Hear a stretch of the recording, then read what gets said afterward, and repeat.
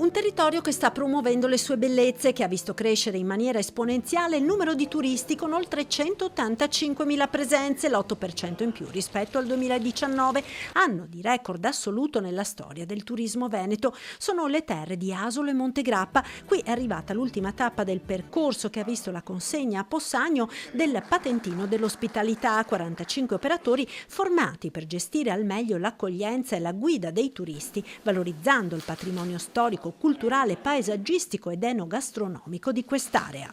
Un territorio con numeri così crescenti e dove l'offerta turistica è differenziata su 3 segmenti che sono l'enogastronomia, che sono lo sport all'aria aperta, e tutto il tema dell'outdoor anche, e infine il tematismo culturale, ha bisogno di operatori formati. Di operatori formati su cosa? Sui prodotti tipici, su quelli che sono i principali attrattori turistici del territorio e sui vari punti di interesse. Un progetto che ha coinvolto anche Confcommercio Treviso, impegnata a far crescere la cultura dell'accoglienza.